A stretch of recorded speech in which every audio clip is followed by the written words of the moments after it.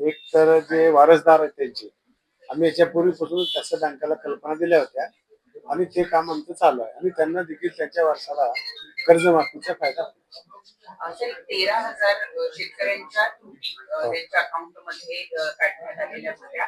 त्यांच्या संदर्भातली प्रोसिजर कशा पद्धतीने सुरू काय त्रुटी काय ते बघावं लागेल आणि त्रुटी त्यांच्या कोण काही असतात तर ते करतील किंवा आमच्याकडून सांगायचं आम्ही सांगू त्यांना. इथं आम्हाला सगळे शेतकरी महाराष्ट्रातले आम्हाला या कर्जमुक्तीचा फायदा द्यायचा. किती दिवस लागतील याची लिमिट सांगतो कारण ते जोपर्यंत कागदपत्र देणार नाही तोपर्यंत आम्ही करू शकणार नाही. सर एक संभ्रम आहे शेतकऱ्यांच्या मनामध्ये की याची या शेतकरी कर्जमाफीची काही लिमिट आहे का? शेवटच्या शेतकऱ्याला सुद्धा म्हणजे पुढच्या 1-2 महिन्यात काम नाही झालं तर त्याला त्याचा लाभ मिळणार नाही अशी त्याला नाही शेवट आमचा माणूस संपेपर्यंत नाही.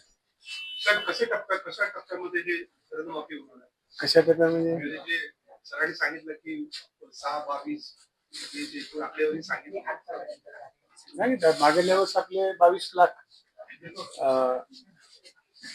20 लाख 32 लाख हा आपण डीसीसी बँक आणि कमर्शियल बँका त्यांच्याकडे व्हेरिफिकेशन होत जसे येतील तसे आपण त्यांनाही लाभ देणार आहोत.